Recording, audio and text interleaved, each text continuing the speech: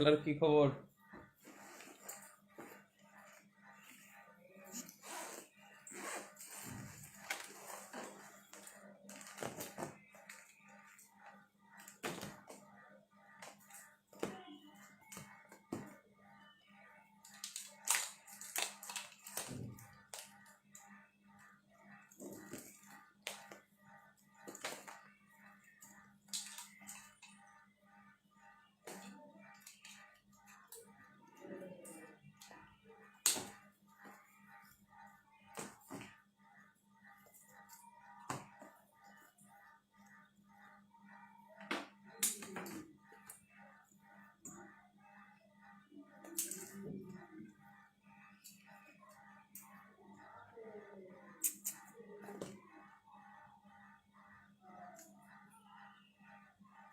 ও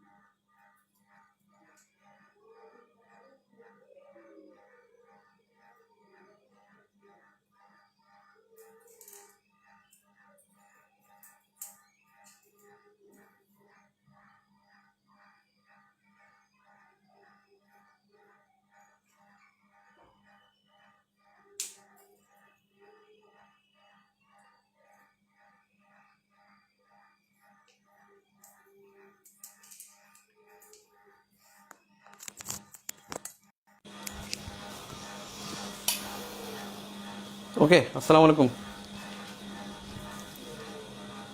last ক্লাসে সুলতানি আমল দেখেছিলাম।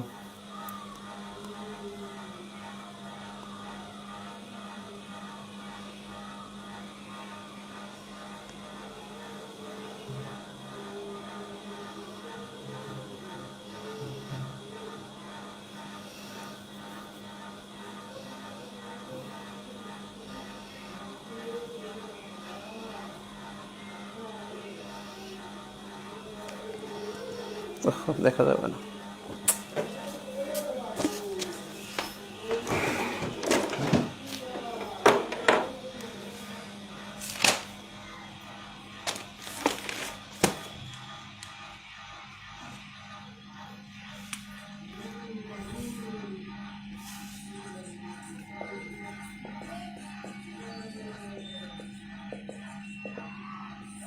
ইলিয়াস শাহী বংশ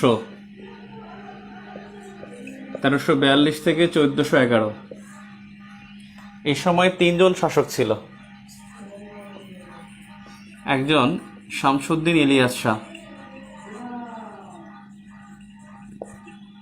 ইলিয়াস শাহের পুত্র ছিল সিকান্দার শাহ।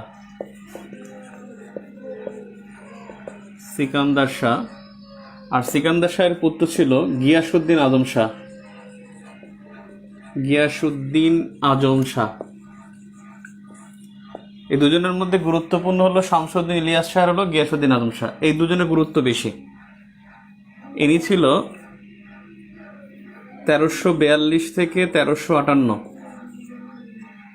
আর ইনি ছিল 1359 থেকে 1393। আর গিয়াসউদ্দিন আজম শাহ ছিল 1393 থেকে 1411। এই 3 জন শাসক ছিল বেসিক্যালি এই সময়ে। এর মধ্যে সিকান্দার শাহের শুধুমাত্র একটাই তথ্য যে তার সময়ে এটা শক্ত ভিত্তির উপর দাঁড়ায়, অর্থাৎ স্বাধীন সুলতানি আমলের ইলিয়াস শাহী বংশ শক্ত ভিত পায় এই সিকান্দার শাহের আমলে। শক্ত ভিত পায় সিকান্দার শাহের আমলে। এখন যে বিষয়টা হলো যে গুরুত্বপূর্ণ হলো শামসুদ্দিন ইলিয়াস শাহ আর হলো গিয়াসুদ্দিন আজম শাহ, এবং এখান থেকে প্রশ্ন হলেও হতে পারে। আমরা দেখছি যে এই সুলতানি আমল থেকে 41তম বিসিএস একটা প্রশ্ন আসছে। প্রশ্নটা ছিল স্বর্ণযুগ, মুসলিম শাসন আমলের স্বর্ণযুগ ছিল আলাউদ্দিন হুসেন শাহের বংশ বা আলাউদ্দিন হুসেন শাহের শাসন আমল। আর এর আগে 39তম বিসিএসে আসছিল আলাউদ্দিন হুসেন শাহ এর শাসন আমল আসছিল। অর্থাৎ স্বাধীন সুলতানি আমল থেকে দুইটা প্রশ্ন আসছে, 39তমতে একটা, 41তমতে একটা। এখন শামসুদ্দিন ইলিয়াস শাহ সম্পর্কে একটু তথ্য লাস্ট ক্লাসে আপনাদেরকে দেওয়া হয়েছিল, এবং ওনার একটু ব্যতিক্রম তথ্য যে উনি দুই বাংলা একত্রিতকরণ। দুই বাংলা একত্রিতকরণ। দুই বাংলা মানে কি? একটা হলো লখনৌ তিতি, যেটাই এখন গৌর, লখনৌ তিতি একসময় গৌর, আর একটা হলো সোনারগাঁও। এই দুই বাংলাকে তিনি একত্রিত করছেন। সোনারগাঁও দখল করছেন গাজী শাহকে পরাজিত, এবং সে পরাজিত করেছিলেন 1352 সালে। শামসুদ্দিন ইলিয়াস শাহ সম্পর্কে তথ্য দিচ্ছি। উনি লখনৌ তিতিতে পতন করেছিল আলাউদ্দিন আলী শাহকে। এখানে পরাজিত করেন আলাউদ্দিন আলী শাহকে। এটা ছিল 1342 সাল। আমাদের বাংলাদেশ বিষয়াবলীর মধ্যে প্রথম অধ্যায়টাই একটু সময় লাগবে, এবং এখান থেকে 6 নম্বর আসার কথা, কিন্তু আমরা দেখছি লাস্ট বিসিএসে 14 নম্বর আসছে। এখান থেকে ইতিহাস থেকে 14টা প্রশ্ন আসছে। এখন এই বছর ঠিক একই ধরনের হওয়ার সম্ভাবনা আছে, কারণ এবছর রিসেন্ট কোশ্চেন তো হওয়ার কথা না।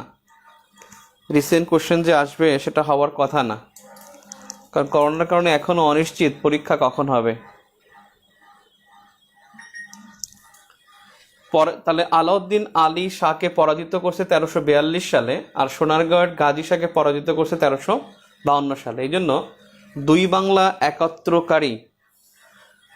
বাংলা একাত্রকারী বললে সেটা হবে শামসুদ্দিন ইলিয়াস শাহ। তার আসল নাম হাজী ইলিয়াস। এই কিছু আছে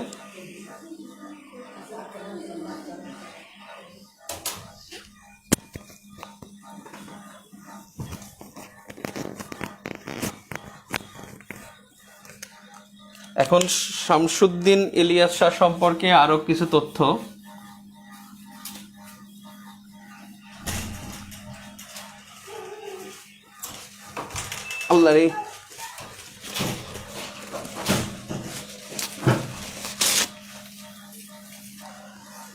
প্রকৃত স্বাধীনতা প্রতিষ্ঠা করেন তিনি।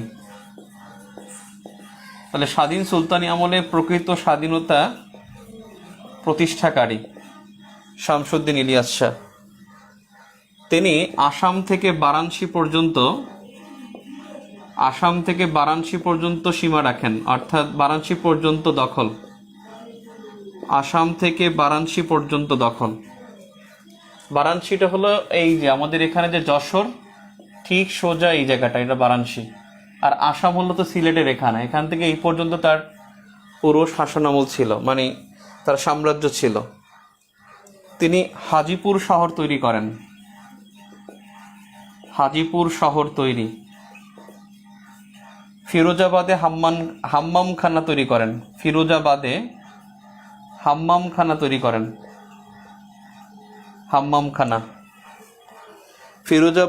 হাম্মামখানা নির্মাণ করেন।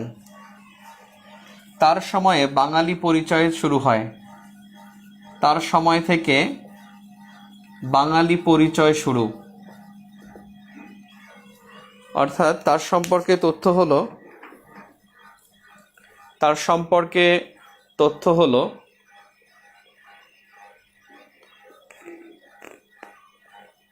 প্রকৃত স্বাধীনতা প্রতিষ্ঠাকারী, আসাম থেকে বারাণসী পর্যন্ত দখল করেন, হাজিপুর শহর তৈরি করেন, ফিরোজাবাদে হাম্মামখানা তৈরি করেন, এবং তার সময় থেকে বাঙালি পরিচয় শুরু হয়। তার সময় থেকে বাঙালি পরিচয় শুরু। আগের ক্লাসে বলেছিলাম শাহ-ই বাংলা ও শাহ-ই বাঙালিয়ান উপাধি পান। শাহ-ই বাংলা ও শাহ-ই বাঙালিয়ান উপাধি পান। শাহ-ই বাংলা ও শাহ-ই বাঙালিয়ান উপাধি পান। এ হলো শামসুদ্দিন ইলিয়াস শাহ। সিকান্দার শাহের তেমন কোনো গুরুত্বপূর্ণ ইনফরমেশন নাই।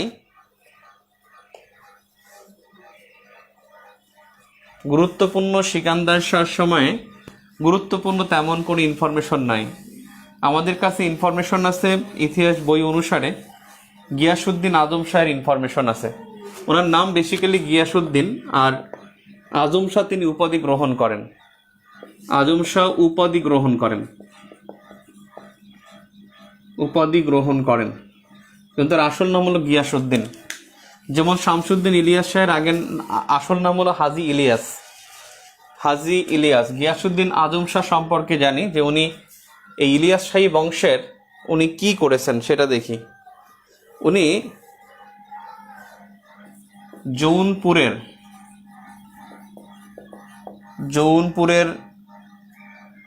জৌনপুরের রাজা খান জাহান আলীর সাথে বন্ধুত্ব করেন। খান জাহান আলীর সাথে বন্ধুত্ব।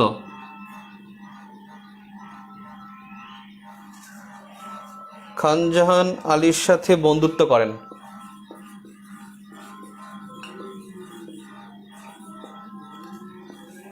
জৌনপুরের রাজা খান জাহান আলীর সাথে বন্ধুত্ব করেন, কারণ এই খান জাহান আলী কিন্তু 1398 সালে বাংলায় আসছেন। উনি এই গিয়াসউদ্দিন আজম শাহের সময় বাংলায় আসেন, তবে তিনি শাসক ছিলেন তিনি নাসিরউদ্দিন মাহমুদ শাহের সময়। খান জাহান আলী বাংলায় আসেন 1398 সালে গিয়াসউদ্দিন আজম শাহের সময়, আর তিনি সুন্দরবনের জায়গির হন। পাশেই লিখে নেন, সুন্দরবনের জায়গির হন নাসিরউদ্দিন মাহমুদ শাহের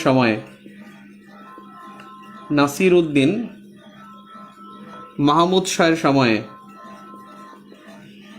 একটা কনফিউশন তৈরি আছে যে তিনি বাংলায় আসছেন এই নাসিরউদ্দিন মাহমুদ শাহের সময়ে। আসলে তিনি বাংলায় আসছিলেন 1398 সালে প্রথম, আর শাসক হিসেবে আসছেন নাসিরউদ্দিন মাহমুদ শাহের সময়ে।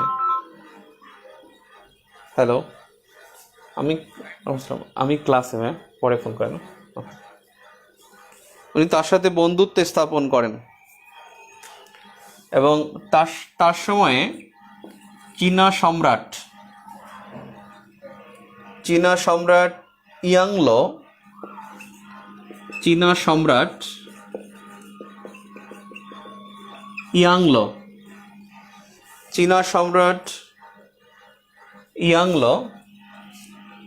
তার দরবারে প্রতিনিধি পাঠান।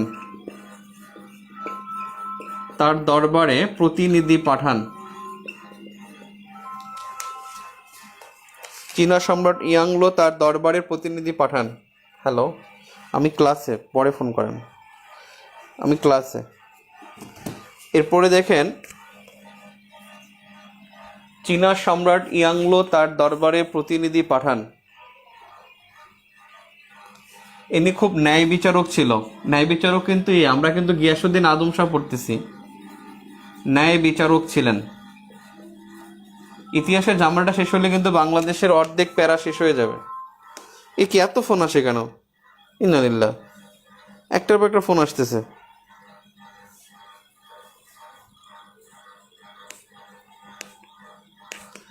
চীনা সম্রাট ইয়াংলো, আমি ক্লাসে। আমি ক্লাসে। রাজীব, ফোনটা নে তো।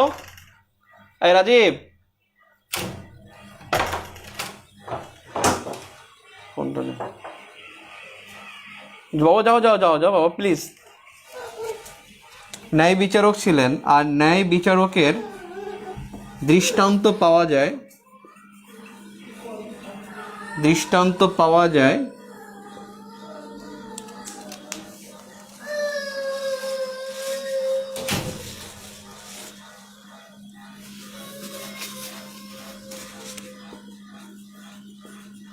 রিয়াদুস সালিহিন, রিয়াদউস সালাতি, রিয়াজউস সালাতি গ্রন্থে।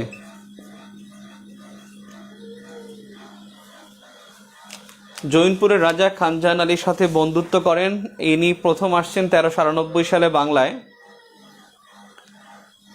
1398 সালে বাংলায় আসে। আর সুন্দরবনের শাসক হয় তিনি নাসিরউদ্দিন মাহমুদ শাহের সময়ে। চীনা সম্রাট ইয়াংলো তার দরবারে প্রতিনিধি পাঠান। তিনি একজন ন্যায় বিচারক ছিলেন এবং ন্যায় বিচারকের দৃষ্টান্ত পাওয়া যায় রিয়াজউস সালাতি গ্রন্থে। এই গ্রন্থটা মধ্যযুগের মুসলিম শাসকদের সম্পর্কে লেখা, মধ্যযুগের মুসলিম শাসকদের নিয়ে লেখা। এই গিয়াসউদ্দিন আজম শাহ তিনি ফার্সিতে দক্ষ ছিলেন, গিয়াসউদ্দিন আজম শাহের সময়ে, তার সময়ে কবি, মানে তিনি কবি, পারস্যের কবি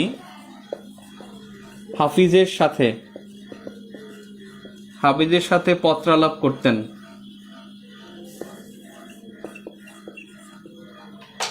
পারস্যের কবি হাফিজের সাথে পত্রালাপ করতেন। আর পরীক্ষায় আসে গিয়াসউদ্দিন আজম শাহ কোন সুলতান পারস্যের কবি হাফিজের সাথে পত্রালাপ করতেন?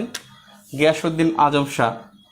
এবং প্রথম মুসলিম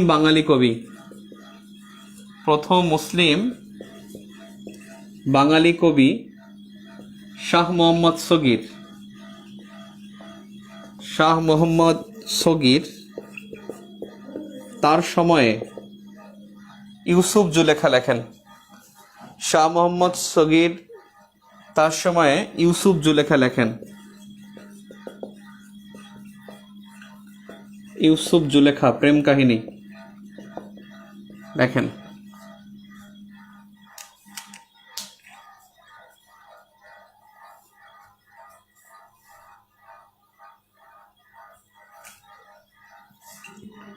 সুফি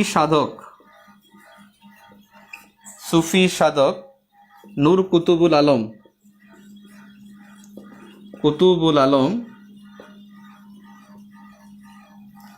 সুফি সাধক নূর কুতুবুল আলম পান্ডুয়ায় আস্তানা গড়েন। একটা সময় ক্ষমতাও দখল করেছিল। পান্ডুয়ায় আস্তানা গড়েন। তাহলে গিয়াসউদ্দিন আজম শাহ ছিল 1193 থেকে 1411 পর্যন্ত। গিয়াসউদ্দিন আজম শাহ উপাধি গ্রহণ করেন। তিনি জৈনপুরের রাজা খানজাহান আলীর সাথে তিনি বন্ধুত্ব সম্পর্ক স্থাপন করেন। তার সময় 1398 সালে বাংলায় খানজাহান আলী আসেন। আর তিনি সুন্দরবনের জায়গির হিসেবে আসেন তিনি নাসিরউদ্দিন মাহমুদ শাহের সময়ে। নাসিরউদ্দিন মাহমুদ শাহ এরপরই ক্ষমতায় আসে। এই সময়ের পরেই, অর্থাৎ এরপরে আসে গণেশ, তারপরে হলো অর্থাৎ প্রায় 30 বছর পরে, 30 থেকে 35 বছর পরে আসে জায়গির হিসেবে, সুন্দরবনের জায়গির। আর খানজাহান আলী বেসিক্যালি তিনি দিল্লিতে তিনি একজন তুর্কি ছিলেন। জন্ম ছিল দিল্লিতে, কিন্তু ছিলেন তিনি তুর্কি বংশোদ্ভূত। এই গিয়াসউদ্দিন আজম শাহ ফার্সি ভাষার তিনি পৃষ্ঠপোষকতা করতেন। তিনি পারস্যের ফার্সি ভাষায় কথা বলে। পারস্যের সম্রাট পারস্যের কবি হাফিজের সাথে তিনি পত্রালাপ করতেন। তিনি ইউসুফ জুলেখা লিখেছেন তার সময় প্রথম বাঙালি মুসলিম কবি শাহ মোহাম্মদ সগীর। এবং তার সময় সুফি সাধক নূর কুতুবুল আলম পান্ডুয়ায় আস্তানা করছেন। পান্ডুয়াও ঠিক যশোর থেকে ওই বারাণসী রোডেই, এখানেই পান্ডুয়া। পান্ডুয়া বর্তমানে আছে এটা মানে পশ্চিমবঙ্গে পান্ডুয়া। এবারে এলো রাজা গণেশের সময়কাল। রাজা গণেশের বংশধর। এই রাজা গণেশ বেসিক্যালি ছিল আজম শাহের অমাত্য। আজম শাহের অমাত্য ছিলেন, অমাত্য বা মন্ত্রী ছিলেন। গিয়াসুদ্দিন আজম শাহের একটা গুণ ছিল, তিনি অসাম্প্রদায়িক চেতনায় বিশ্বাস করতেন এবং হিন্দুদেরকে বড় বড় পদে রাখতেন। এই আজম শাহের অমাত্য বা মন্ত্রী ছিলেন রাজা গণেশ। এবং গিয়াসুদ্দিন আজম শাহের মৃত্যুর পর তার ছেলে অল্প সময়ের জন্য ক্ষমতা আসে এবং তাকে হটায় আবার তার ভাই, গিয়াসুদ্দিন আজম শাহের ভাই ক্ষমতা আসে। এরপরে রাজা গণেশ এই দুর্বলতার সুযোগে 1414 থেকে 1435 পর্যন্ত তারা ক্ষমতায় ছিল। 1414 থেকে 1435 পর্যন্ত এই রাজা গণেশের বংশধররা ক্ষমতায় ছিল। কিন্তু রাজা গণেশ ছিল মাত্র 4 বছর। রাজা গণেশ 1414 থেকে 1418 এই সময় ক্ষমতায় ছিল, অর্থাৎ মাত্র 4 বছর ক্ষমতায় ছিল রাজা গণেশ। 14 থেকে 18 পর্যন্ত ক্ষমতায় ছিল। বাকি যারা ছিল সব ছিল তার পুত্রের পুত্র, এরা ছিল। এবং রাজা গণেশ তিনি খুব চালাক ছিলেন। যখন তাকে দিল্লির সম্রাট যখন তাকে আক্রমণ করে, তখন তিনি ইসলাম ধর্ম গ্রহণ করেন তার সন্তানকে দিয়ে। সন্তানের নাম রাখেন জালালউদ্দিন। তারপরে যেই দিল্লি চলে যান দিল্লির সম্রাট, তখন তিনি আবার কি করেন, আবার হিন্দু ধর্মে দীক্ষা লাভ করেন এবং জালালউদ্দিনকে আবার তিনি হিন্দু বানায়, আবার রাজা বানান। এবং তার সাথে সম্পর্ক স্থাপন করে খানজাহান আলী চলে যায়। কিন্তু তিনি এখানে কি করেন, তাকে জৌনপুরের রাজা আসেন। জৌনপুরের রাজা উনি খানজাহান আলী না, জৌনপুরের রাজা আসেন একজন। এবং তিনি তাদেরকে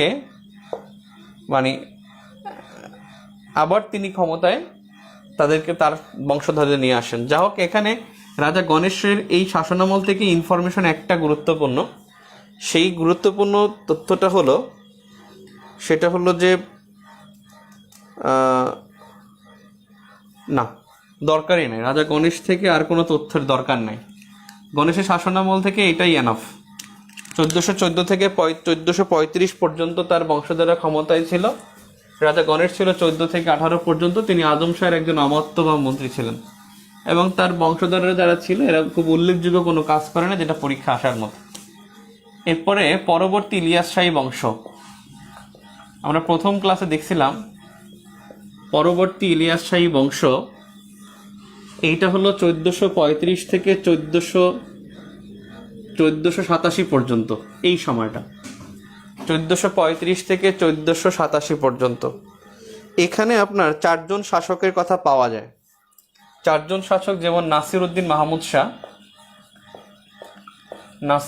মাহমুদ শাহ, তারপরে পাওয়া যায় বড়বক শাহ, এরপরে পাওয়া যায় ইউসুফ শাহ, আর একজন পাওয়া যায় সেটা ফতেহ শাহ। এখানে যেমন আগেরটা সিকান্দার শাহর কোনো গুরুত্ব নাই, এখানেও এই দুজনের কোনো গুরুত্ব নাই। ইউসুফ শাহ আর হলো ফতেহ শাহ মোটামুটি গুরুত্বপূর্ণ আর কি। ফতেহ শাহ মোটামুটি এত গুরুত্বপূর্ণই না। তো যা হোক, নাসিরউদ্দিন মাহমুদ শাহ, ওনার ইতিহাসে অনেক অবদান আছে। ওনার সম্পর্কে একটু তথ্য জেনে দিতে হবে। 1452 থেকে, এর আগে বেশ কয়েকজন ছিল শাহ, কিন্তু তারা বেশি শক্তিশালী ছিল না। নাসিরউদ্দিন মাহমুদ শাহ 1452 থেকে 1459 এই সময় ক্ষমতায় ছিল। বড়বক শাহের অবদান সবচেয়ে বেশি। তিনি 1459 থেকে 1474 পর্যন্ত ক্ষমতায় ছিল। এগুলোর দরকার নাই, তবে এই ফতেহ শাহ তিনি 1493 সালে ক্ষমতায় ছিল। আগের তথ্য জানা দরকার নাই। এই ফতেহ শাহ তিনি পরাজিত হয়েছেন হাফসিদের নিকট। হাফসি সুলতান শাহজাদার নিকট পরাজিত হন। শাহজাদার নিকট পরাজিত হন। আমি সুলতানি আমল শেষ করে আবার একটা রিভিউ দেবো না, আপনি খাতার সাথে মিলাবেন, তার 5 মিনিট টাইম দিয়ে দেখবেন আমি কয়েকটা কোশ্চেন করলে সুলতানি আমল এখানে শেষ হয়ে যাবে ইনশাল্লাহ, প্যারা নাই।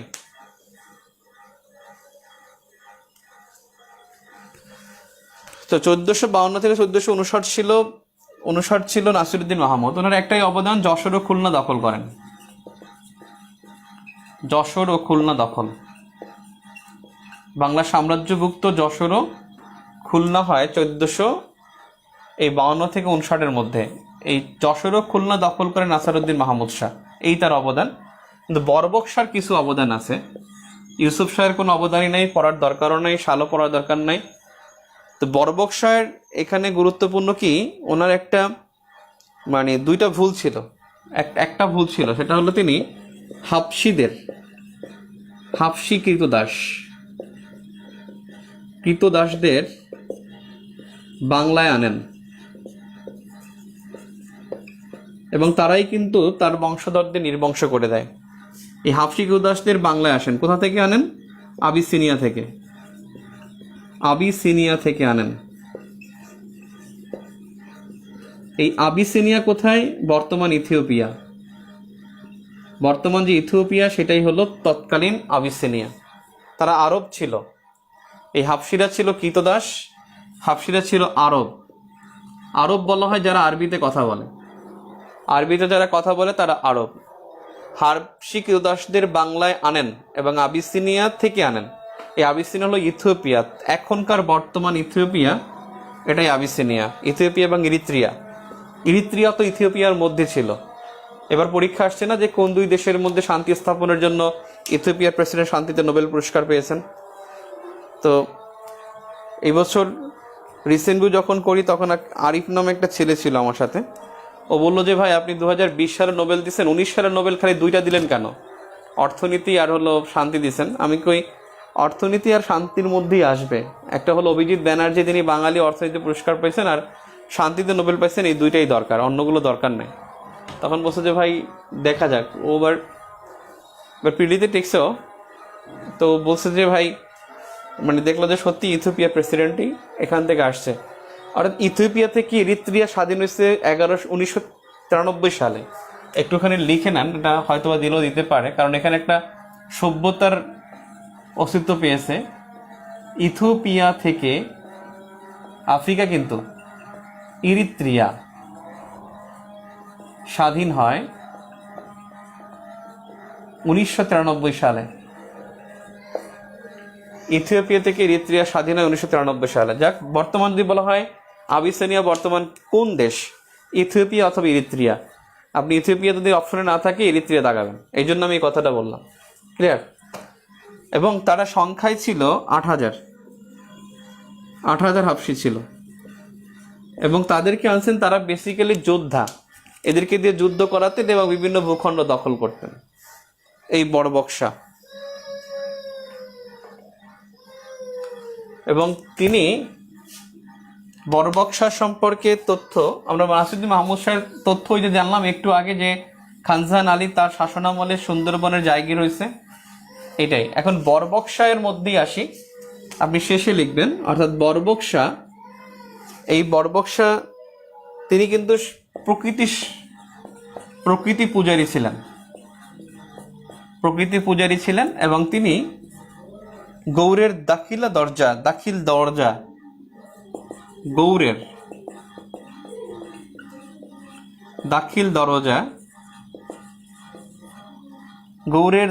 দরজা তৈরি করেন।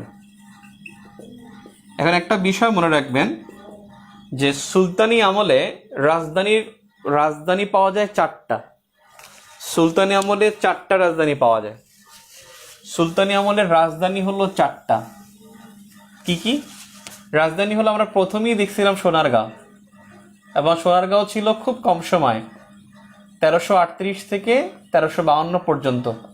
ওই যে ফখরুদ্দিন মোবারক শাহ তার পুত্র গাজী শাহ। আর এরপরে যে রাজধানী পেয়েছি সেটা হলো গৌড়, এবং ম্যাক্সিমাম সময় গৌড় ছিল। এই সময় একটা রাজধানী পাইছি পান্ডুয়া। এবং এই পান্ডুয়ার রাজধানী ছিল গণেশের বংশধরের। গণেশের বংশধরের রাজধানী ছিল পান্ডুয়া। আর এই পান্ডুয়া গৌড় এই দুইটাকে বাদ দিয়ে আরেকটা রাজধানী করেছিল একডালা, এবং সেই একডালা হয়েছিল হুসেন শাহের সময়, আলাউদ্দিন হোসেন শাহ। এই আলাউদ্দিন হোসেন শাহ তার রাজধানী ছিল একডালা, আলাউদ্দিন হোসেন শাহ।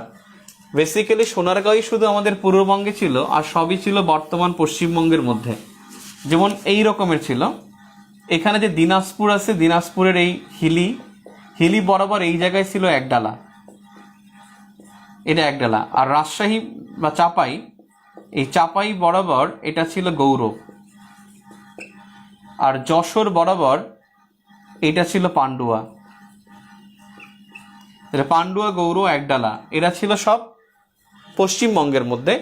একডালা রাজধানী ছিল আলাউদ্দিন হোসেন শাহের সময়, আর পান্ডুয়া ছিল গণেশের বংশধরের সময়। আর কিছু সময়ের জন্য পান্ডুয়া দখল করত বা আংশিক রাজধানী ছিল। বাংলাদেশ শেষ পর্যন্ত পারবে কি, এটা ম্যান অফ দ্য সিরিজ কে কার পাওয়া উচিত? আমার তো মনে হয় ম্যান অফ দ্য সিরিজ এটা ওই বাংলাদেশের যে কিউরেটর আছে ওরাই দেওয়া উচিত। ফাইজলামি এরকমের পিস করে, এটা কোনো খেলা? বাংলাদেশের প্লেয়ারদের একেবারে প্রতিবন্ধী বানায় ফেলাবে। এরা নোম্যান্স ল্যান্ডে বললে কি করবে? অস্ট্রেলিয়া নিউজিল্যান্ডের পিসে বললে কাপাকাপি অবস্থা হয়ে যাবে। এরকম পিস তৈরি করা ঠিক হয় নাই। এত কম রান উঠবে কেন? টি-20-তে রান উঠবে 150, 160, একটা কি হয় না হয়, একটা ফাইজলামি। যা হোক, আমরা বরবক শাহ দেখলাম। বরবক শাহ পরে ফতে শাহ 1493 সালে তিনি ক্ষমতায় ছিলেন, তাকেই পতন করছে হাফসি সুলতান। হাফসি তালব্বস্য হয়, হাফসি সুলতান শাহজাদা তার নিকট পরাজিত হয়। এই দেখেন তাহলে আমাদের 1487, আমি দুঃখিত, 1487 ভাই প্লিজ। ফতে শাহ 1487 সালে তার পতন হয়। 93 না, আমি দুঃখিত, 1487। এরপরে বাংলা হলো হাফসি শাসন। এই হাফসি শাসন মাত্র 6 বছর ছিল, এবং হাফসিরা 4 জন শাসক ছিল। ওরা নিজেরাই নিজেদেরকে মারত। এই হাফসি শাসন ছিল 1487 থেকে 1493। 6 বছর ছিল, 4 জন শাসক ছিল। 1487 থেকে 1493 পর্যন্ত ক্ষমতায় ছিল। এই হাফসিরা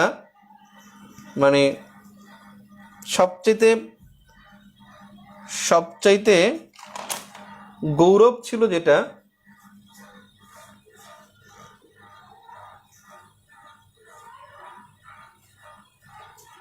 হাফসিদের সবচাইতে গৌরব যেটা ছিল সেটা ছিল হলো শামসুদ্দিন ফিরোজ শাহ। শামসুদ্দিন ফিরোজ শাহ তিনি একজন ভালো শাসক ছিল।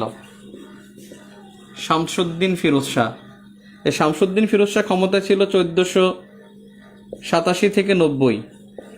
উনি 3 বছর ক্ষমতায় ছিল। মোট শাসক ছিল 4 জন, তার মধ্যে 6 বছর তারা শাসন করেছে, আর এরা নিজেরাই নিজেদেরকে মারত। এই ফিরোজ শাহের উজির ছিল হুসেন শাহ। ফিরোজ শাহের উজির ছিল হুসেন শাহ, আর এই হুসেন শাহই নাম হয়ে যায় পরে আলাউদ্দিন হোসেন শাহ।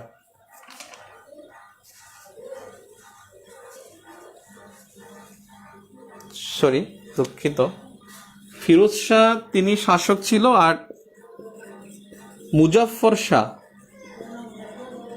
এই মুজাফফর শাহের উজির ছিল হুসেন শাহ। এই হুসেন শাহই হলো পরবর্তীতে তিনি আলাউদ্দিন হোসেন শাহ হন।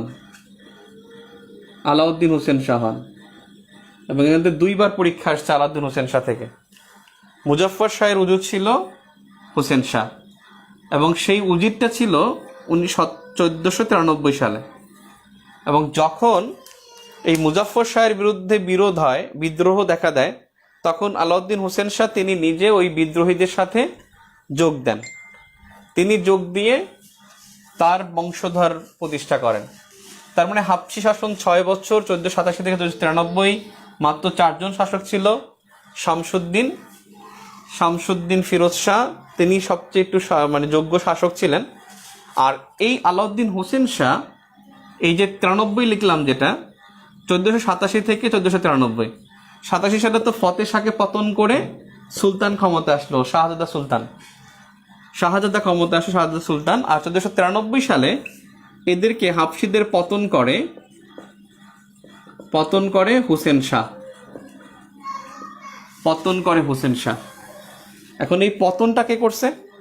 হুসেন শাহ করছে। হুসেন শাহ হলো একজন আরব এবং তিনি মক্কা থেকে আসছেন। তিনি মক্কা থেকে এই বাংলায় আসেন এবং বাংলায় মুসলিম শাসনের জন্য তিনি হাবশিদেরকে হত্যা করেন। এবং ক্ষমতা আসার পর হাবশিরা কিন্তু শুরুতে 8000 আসছিল, যে বড় বক্সা নিয়ে আসছিল হাবশিদের, বড় বক্সা হাবশিদের নিয়ে আসার, হাবশিদেরকে তিনি পতন করছেন কিন্তু এই আলাউদ্দিন হোসেন শাহ। এবং তিনি 12,000 হাবশি ছিল, আস্তে আস্তে 8000 আসছিল প্রথমে, 12,000ই পলায়ন করছে তার নেতৃত্বের কারণে। তাহলে হাবশি শাসন শেষ হলো। সুলতানি আমলের সর্বশেষ যে বংশটা ক্ষমতায় আসে সেটা ছিল আলাউদ্দিন হোসেন শাহী বংশ, অর্থাৎ এটাকে বলা হয় হোসেন শাহী বংশ। এই হোসেন শাহী বংশ এর মধ্যে যারা ক্ষমতায় আসছিল তাদের মধ্যে 2 জন শাসক সবচাইতে গুরুত্বপূর্ণ। একজন সৈয়দ হোসেন, তিনি আলাউদ্দিন হোসেন শাহ। আর একজন হলেন খুব বড় একটা নাম, নাসিরউদ্দিন আবুল মুজাফফর শাহ নুসরত শাহ।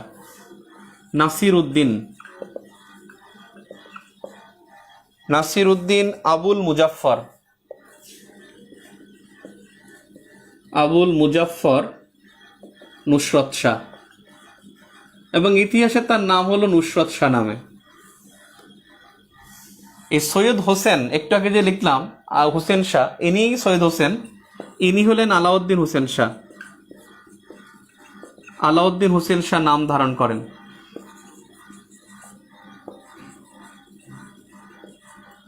এই হোসেন শাহী বংশ ছিল সেই 1493 থেকে 1538 পর্যন্ত। আর ইনি ছিল তার পুত্র নাসিরউদ্দিন, উনি ছিল পুত্র। তো এই সৈয়দ হোসেন বা আলাউদ্দিন হোসেন শাহ তিনি হলেন 1493 থেকে 1519 পর্যন্ত ক্ষমতায় ছিলেন, এবং তার এই শাসনকালটাই 39তম BCS-এ আসছিল। এই 19 পর্যন্ত ক্ষমতায় ছিলেন, অর্থাৎ 26 বছর ক্ষমতায় ছিলেন। আর তিনি ছিলেন 1519 থেকে 1500। এখানে ইতিহাস বইতে একটা খুব ইন্টারেস্টিং বিষয় লেখা আছে, তিনি 32 পর্যন্ত ক্ষমতায় ছিলেন। নিচেই 2 লাইন পর লেখা তিনি 1531 সালে মারা গেছেন। মানে 31 সালে মারা গেলে 32 পর্যন্ত কেমনে ক্ষমতায় থাকে, সেটাই হলো বিষয়। কিন্তু লেখা আছে তার শাসনামল 1532, কিন্তু পরেই কয়েক লাইন পরেই লেখা আছে তিনি মৃত্যু হলো 1531। ইতিহাস কোনটা ভুল করছে জানি না, এই শাসনামলটা ছিল তার। এবং তিনি যখন শাসন করতেন তখনই এই দুজনই গুরুত্বপূর্ণ।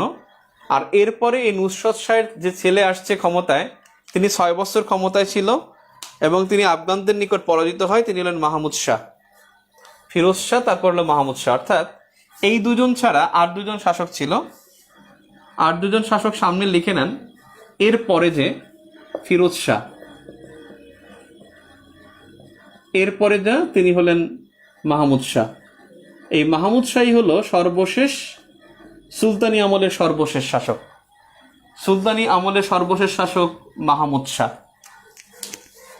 এবং তিনি হুসেন শাহী বংশের শাসক। আমরা একটু ইতিহাসের এই অংশটা একটু লেংদি করতেছি, লেংদি করলে শর্ট করা যাবে। ইতিহাস আসলে বাদ দেওয়ার কিছু নাই, কোন কোশ্চেন যে চলে আসে বলা যায় না।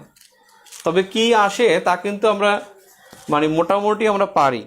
হয়তো 2-1টা কোশ্চেন পারবো না, কিন্তু ম্যাক্সিমাম কোশ্চেনই পারা যায়। এরপরে দেখেন এবছর কিন্তু স্বর্ণযুগ আসছে, এটা কিন্তু না পড়লে আবার পারা যায় না। সৈয়দ হোসেন আলাউদ্দিন হোসেন শাহ 1493 থেকে 1519, এবং উনি 26 বছর ক্ষমতায় ছিল, এবং এই তার শাসনামল, এটাই ছিল মুসলিম যুগে স্বর্ণযুগ। অর্থাৎ মুসলিম যুগে স্বর্ণযুগ বা মুসলিম শাসনামলের স্বর্ণযুগ, সেটা হলো আলাউদ্দিন হোসেন শাহের এই সময়টা, মুসলিম যুগে স্বর্ণযুগ।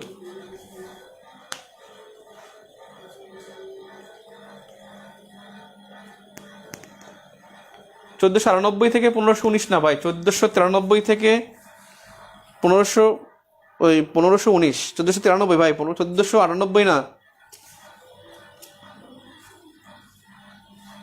এখন তার অনেকগুলো অবদান আছে। এখন কি কি আছে, যেমন হাফসিদের বিতরণ, এটা তার একটা বড় একটা অবদান। আলাউদ্দিন হোসেন শাহ হাফসিদের বিতরণ করছেন, এটা তার অবদান। এবং তিনি রাজধানী করছেন হলো একডালা, রাজধানী স্থাপন করেন গৌড়ও না, রাজধানী স্থাপন একডালায়, অর্থাৎ গৌড়ের অন্তর্ভুক্ত কিন্তু সরাসরি গৌড় না। ওই যে গৌড়ের উপরে যেটা দেখলাম একটু আগে ছবিতে দেখলাম, অর্থাৎ দিনাজপুর বরাবর সোজা বাম দিকে।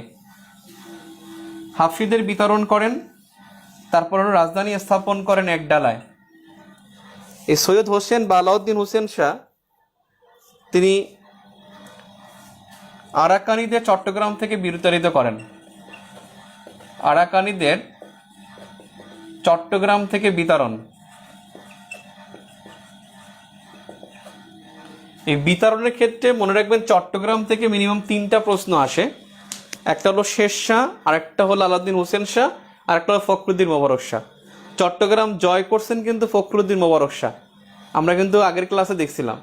আর চট্টগ্রাম থেকে আরাকানিদের বিতরণ করছেন আলাউদ্দিন হোসেন শাহ। আর এই চট্টগ্রাম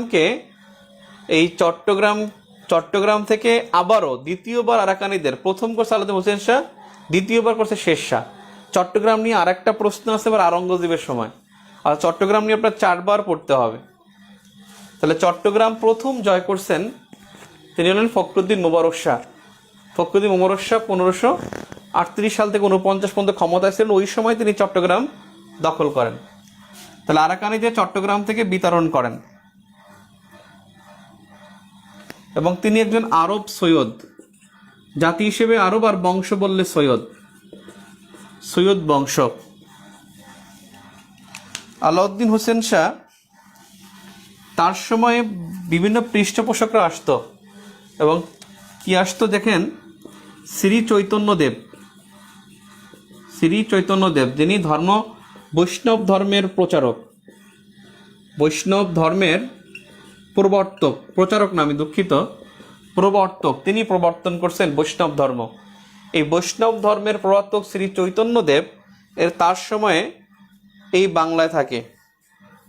এরপরে সাহিত্যিক আছে মালাধর বসু, তারপরে পরমেশ্বর তার সময় ছিল, এবং তার সময় ছিল। এই পরমেশ্বর হলো মহাভারতের অনুবাদক। এই পরমেশ্বর নাসিরউদ্দিন মাহমুদ শাহের সময় ছিল, আলাউদ্দিন হোসেন শাহিদেরও ছিল।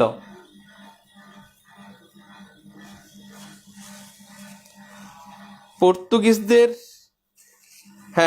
শের শাহ পর্তুগিজদের বিতরণ করছেন, তিনি মনপুরা থেকেও বিতরণ করছেন, আবার চট্টগ্রাম থেকেও বিতরণ করছেন। তিনি সফল হন নাই, পর্তুগিজদের বিতরণ করে সফল হন নাই তিনি। এরপরে আসেন আরাকানি গেল বৈষ্ণব ধর্মের প্রবর্তক শ্রী চৈতন্যদেব, মালাধর বসু, পরমেশ্বর, এদের আগমন ঘটেছিল তার সময়ে। আর আলাউদ্দিন হোসেন শাহ তিনি, তার একটা বড় অবদান গৌড়ের ছোট সোনা মসজিদ, এই মসজিদ তৈরি করছেন সৈয়দ হোসেন বা আলাউদ্দিন হোসেন শাহ। তার ছেলে করছে, তাও গৌড়ের বড় সোনা মসজিদ।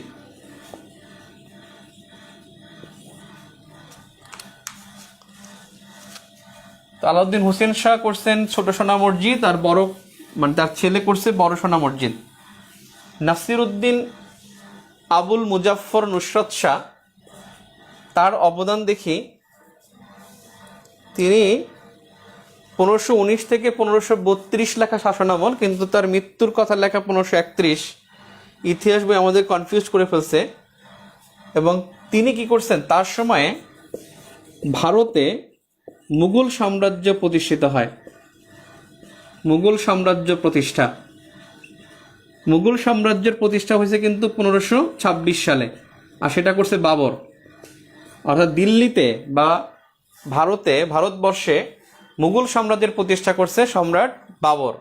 এবং এই বাবর সৈন্য পাঠিয়েছে এই বাংলা দখল করার জন্য। বাবর সৈন্য পাঠায় বাংলা দখলের জন্য।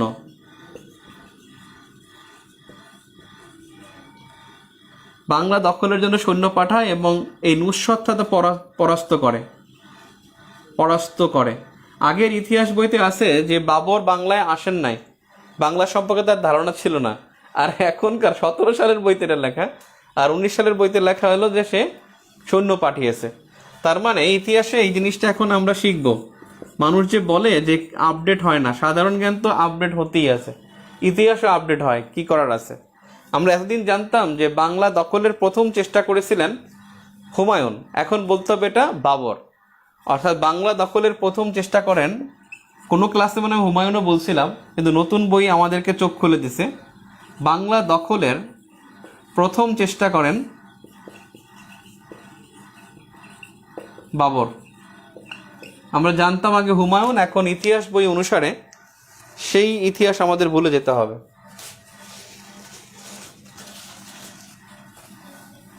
তাহলে নুসরত শাহ এই বাবরকে তিনি পরাজিত করেন।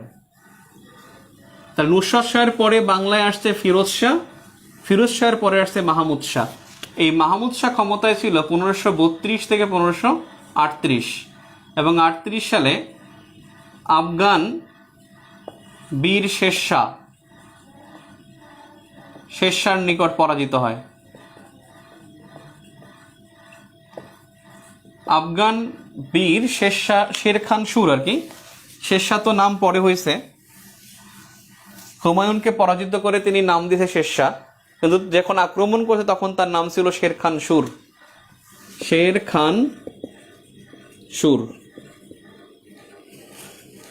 খান সুর তার নাম ছিল। এখন তিনি পরাজিত করছেন, হুমায়ুনকে পরাজিত করে তার নাম হয়েছে শের শাহ। এখন হুমায়ুনকে পরাজিত নয়, এখানে একটা সালের একটা বড় গ্যাপ আছে। এই সালের গ্যাপটা হলো যে তিনি 1538 সালে পরাজিত করছেন, না 1539 সালে করছেন, না 1540 সালে করছেন, এটা নিয়ে একটা কনফিউশন তৈরি হয়েছে। যদি তিনি, এখানে ইতিহাস বইতে বলা আছে এরকমের যে 1540 সালে তিনি মুঘল আলী বর্দানকে পরাজিত করে তিনি বাংলায় আসছেন। এখানে একটু কনফিউশন, যেটা আমরা সুলতানি আমল শেষ করছি, সুলতানি আমল শেষ হলো, সুলতানি আমল শেষ। এখানে 200 বছরের মধ্যে 200 বছরের মধ্যে আমরা যে পিরিয়ড দেখলাম, আজকে দেখলাম শামসুদ্দিন ইলিয়াস শাহ বংশ, ইলিয়াস শাহী বংশ, যেটা 1342 থেকে 1411।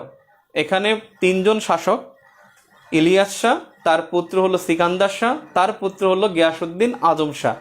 এখানে গিয়াসউদ্দিন আজম শাহের অবদান সবচেয়ে বেশি ইলিয়াস শাহী বংশের মধ্যে। আজম শাহ তার সময় কিন্তু খানজাহান আলী বাংলায় আসে 1398 সালে, এবং তিনি তার সময় কিন্তু দরবারে প্রতিনিধি পাঠায় চীনা সম্রাট অ্যাংলো। তার সময় কিন্তু না, তারপরে গিয়াসউদ্দিন আজম শাহ, এরপরে হলো রাজা গণেশ আসছে 1414 থেকে 1435 পর্যন্ত তার বংশধররা ছিল, আর তিনি 18 পর্যন্ত ক্ষমতায় ছিলেন। 1435 সাল থেকে শুরু হয়ে গেছে আবার পরবর্তী ইলিয়াস শাহী বংশ। সেখানে আমরা দেখলাম এখানে প্রধান শাসক নাসিরউদ্দিন মাহমুদ শাহ, তিনি 1452 থেকে 1459 পর্যন্ত ক্ষমতায় ছিল। আর নাসিরউদ্দিন মাহমুদ শাহ ছাড়া এখানে গুরুত্বপূর্ণ শাসক ছিল বরবকশা। বরবকশা ছিল গুরুত্বপূর্ণ। নাসিরুদ্দিন মাহমুদ শাহ কিন্তু তার সময়ে যশোর এবং খুলনা দখল করেছিল। আর বরবকশা ওই সময়ের অর্থাৎ পরবর্তী ইলিয়াস বংশের মধ্যে গুরুত্বপূর্ণ শাসক ছিল। বরবকশাহের পরে যারা ছিল তারা তেমন বেশি উল্লেখযোগ্য ছিল না, ফতেহ শাহ পর্যন্ত। এই ফতেহ শাহকে পরাজিত করেছে 1487 সালে হলো হাফসিরা। বরবকশাহ কিন্তু হাফসিদেরকে নিয়ে আসছিল, আর হাফসিদেরকে বিতরণ করেছে হলো আলাউদ্দিন হোসেন শাহ। আলাউদ্দিন হোসেন শাহ হাফসিদেরকেও বিতরণ করেছে এবং আরাকানিদেরও চট্টগ্রাম থেকে বিতরণ করছেন। আলাউদ্দিন হোসেন শাহ দুইটা গোষ্ঠীকে বিতরণ করছেন। তো 1487 থেকে 1493 পর্যন্ত হাফসিরা ক্ষমতায় ছিল। হাফসিরা আসছিল আবিসিনিয়া থেকে। আবিসিনিয়া হলো বর্তমান ইথিওপিয়া এবং এরিত্রিয়া। এরিত্রিয়া স্বাধীন হয় 1993 সালে। তো যাই হোক, ইথিওপিয়া এরিত্রিয়া এটাই হলো এখন হাফসি। ওখান থেকে এসে তারা বরবকশা নিয়ে আসে এবং তাদের যোদ্ধা হিসেবে তৈরি করে, কিন্তু সে দেখা যায় তার বংশধরকে হত্যা করে এবং ফতেহ শাহকে পরাজিত করে তারা বাংলার ক্ষমতায় আসছে। 6 বছর ক্ষমতায় ছিল, মাত্র 4 জন শাসক ছিল। 1493 সালে তাদের পতন করেন হোসেন, ওনার নাম হলো সৈয়দ হোসেন। এই সৈয়দ হোসেনের নাম হয় আলাউদ্দিন হোসেন শাহ। আলাউদ্দিন হোসেন শাহ তিনি একডালায় রাজধানী স্থাপন করেন এবং তিনি আলাউদ্দিন মানে হোসেন শাহ, এটা হোসেন শাহী রাজবংশ তৈরি করেন। এই হোসেন শাহী বংশ ক্ষমতায় ছিল 1493 থেকে 1538 পর্যন্ত।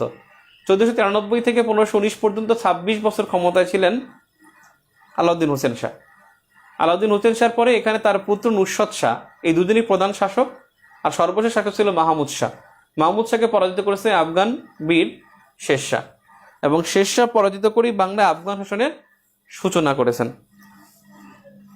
ক্লিয়ার?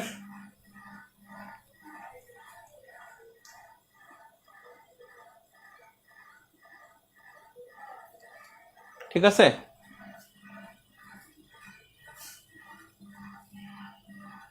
আগামীকাল